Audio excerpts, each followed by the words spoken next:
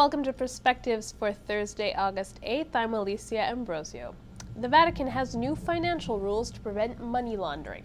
Pope Francis issued a motu proprio today. With it, existing laws against money laundering now apply to all departments of the Roman Curia, entities dependent on the Holy See, and non-profit organizations that are legally based in Vatican City. Pope Francis also expanded the role of the Vatican's Financial Information Authority and created a Financial Security Committee. These changes are one of many recent changes meant to bring the Vatican in line with international financial standards. This week, we've been bringing you coverage of the Knights of Columbus Supreme Convention from San Antonio, Texas. Today, the convention wrapped up with the annual Memorial Mass and final business session. Archbishop William Lori of Baltimore celebrated the Mass. During his homily, he spoke about what St. Paul's letter to the Hebrews calls the great cloud of witnesses. The letter to the Hebrews speaks of the great cloud of witnesses, that is, the saints. These brothers and sisters have gone before us with the sign of faith, and now we know for sure they have achieved the goal for which they and we were created. The saints are the ones who have lived and loved in such a way that the grace of God was able to change them inwardly so as to make them capable of eternally receiving the love of the living God.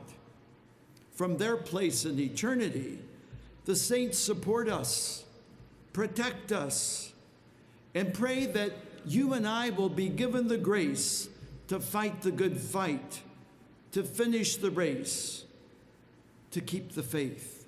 Indeed, where they have gone, there do we hope to follow.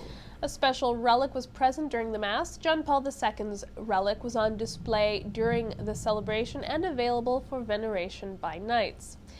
After the Mass, Archbishop Mieczysław Mokrycki spoke about John Paul II. Now, he was one of the late pontiff's personal secretaries for 9 years. He said, then Cardinal Ratzinger's moving statement during the homily at John Paul II's funeral about the late pontiff standing at the window of the Father's house and blessing everyone was appropriate, though Cardinal Ratzinger couldn't have known how appropriate. Archbishop Mokrycki said he and other personal aides would accompany John Paul II to his private chapel every night and then back to his room, where they would turn out the lights and open his bedroom window.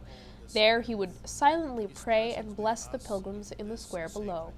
The Archbishop also said he is happy about the Knights' plans to build a John Paul II shrine in Washington, D.C. The Knights also announced a new prayer initiative. It is the 16th prayer program launched by the organization, and it is dedicated to the Immaculate Conception. Images of the Immaculate Conception will be taken by state deputies back to their home states, and the image will travel from council to council, giving members a chance to pray to Our Lady.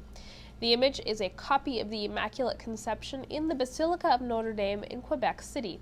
Archbishop Gerard Lacroix of Quebec told the Knights he was pleased with the launch of the prayer program, and he encouraged everyone present to visit Quebec in 2014, which will be a jubilee year for the diocese, as well as the 350th anniversary of the establishment of the first parish in Quebec.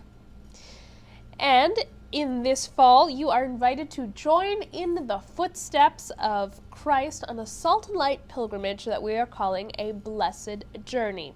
From November 8th to 18th, you're invited to see Israel and Jordan for a week-long pilgrimage of prayer, reflection, and sightseeing. With the help of the trip's spiritual director, Father Peter Sabbath, this voyage through the Holy Land is meant to strengthen one's faith and understanding of Christ's love by traveling to the same places he did 2,000 years ago.